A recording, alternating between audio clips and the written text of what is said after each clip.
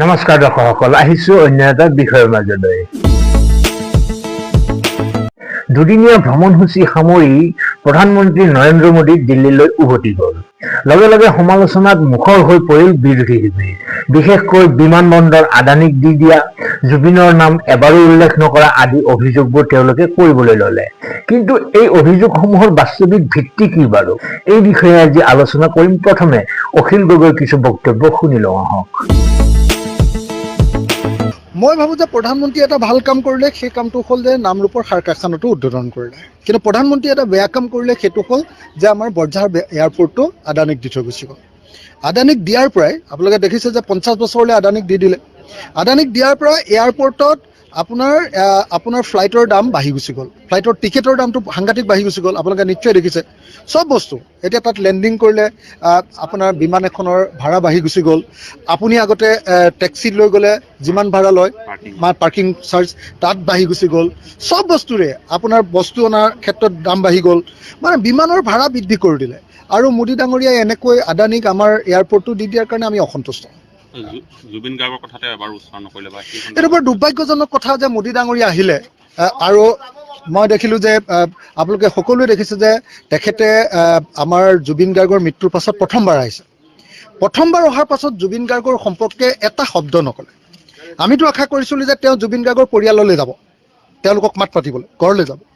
আমি আশা কৰিছিলোঁ যে জুবিন ক্ষেত্ৰলৈ যাব, সোণাপুৰ।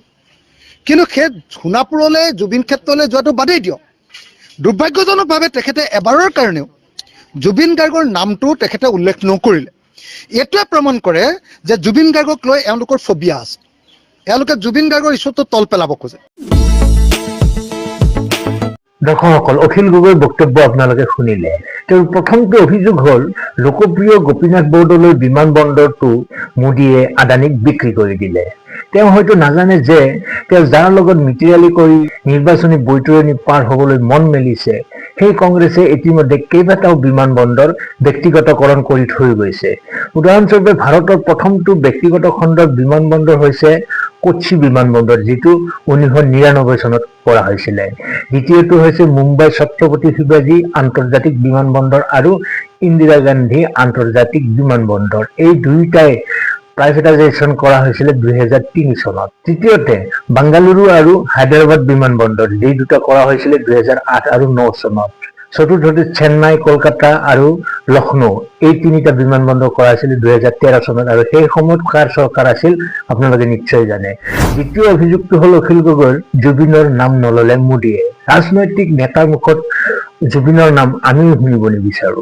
আইনে নিজৰ বাদ ল'ব।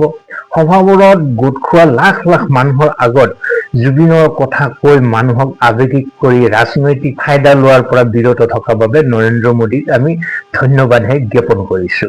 প্ৰধানমন্ত্ৰীয়ে ৰাজহুৱা সভাবোৰত জুবিনৰ নাম নললে বা জুবিনৰ সমাধিলৈ নগ'ল বুলি এতিয়া অখিল গগৈয়ে চিঞৰ বাখৰ কৰিছে। যদি জুবিনৰ নাম ললেহেঁতেন বা সমাধিলৈও গ'লহেঁতেন, তেতিয়াও তেওঁলোকে জুবিনৰ আৱেগক লৈ মোদীয়ে ৰাজনীতি কৰা বুলি হাহাকাৰ কৰিলেহেঁতেন।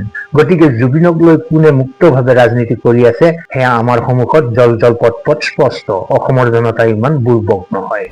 আনহাতে সকলোৱে স্পষ্ট হোৱা উচিত যে সংশ্লিষ্ট বিষয়টো বৰ্তমান আদালতত বিচাৰাধীন হৈ আছে।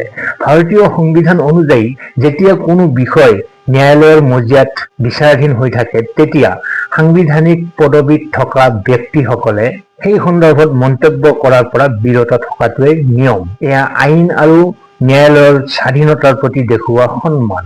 উচ্চতম ন্যায়ালয়ে বিভিন্ন সময়ত সতৰ্ক কৰি দিছে যে কোনো বিচাৰাধীন গোচৰত ৰাজহুৱা মন্তব্য বা নাম ললে প্ৰথম কথা বিচাৰ প্ৰক্ৰিয়া প্ৰভাৱিত হ'ব পাৰে, দ্বিতীয়তে সাক্ষীৰ ওপৰত মানসিক চাপ পৰিব পাৰে, তৃতীয়তে সকলোতকৈ ডাঙৰ কথা অভিযুক্তই ইয়াৰ সুযোগ ল'ব পাৰে।